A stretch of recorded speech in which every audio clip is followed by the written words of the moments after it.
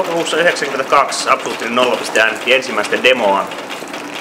Ivalossa asuva serkkuni lähetti postissa kasetin, johon hän oli äänittänyt poimintoja uusimmista levyhankinnoistaan. Hän kirjoitti seuraavasti. Heti kättelyssä kasetilla on uutta suomalaista musiikkia vuodelta 1992. Ei kuulosta hyvältä, mutta kuulostaa tosi hyvältä. Kuuntele vaikka. Bändi on Kings of Wall, kitarassa ja mikin ääressä Petri Hassenveli Valli. Ensimmäinen pitkä luikutus on Mushrooms 2109. Toinen on Waste of Time, joka oli mahdollista kuulla myös Nuoret sankarit -ohjelmassa. Livenä oli vähän siisti. Levy pelastaa koko 90-luvun musiikin. Ja Nollapisteellehän Kings of Wall oli hyvin rohkaiseva esimerkki siitä, ettei välttämättä joudu häpeäpaaluun, vaikka viittailisikin Henriksiin, ja kyseessä oli kuitenkin stadilaiset jätkät. Me Rovaniemellä ja orastavia proge-tavoitteita oli meillä jo.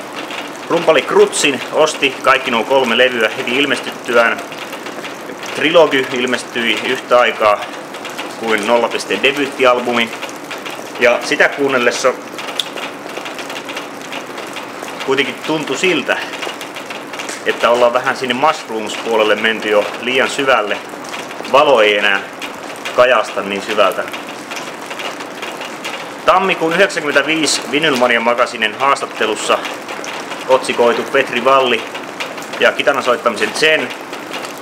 Hän mainitsi mieltä lämmittävästi Crash Landing-levyn, joka on tietysti tuollainen feikki henkkalevy, mutta kuitenkin.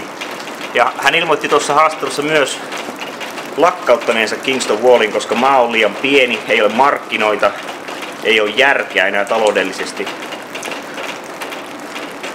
Ja sitten kun kesällä 1995 rumpali Krutsin soitti minulle, että Petri Valli on kuollut, en uskonut sitä ensin, mutta sitten uskoin. Mutta oli harmissani siitä, että tämä legenda-kuvio meni vähän liian kirjaimellisesti.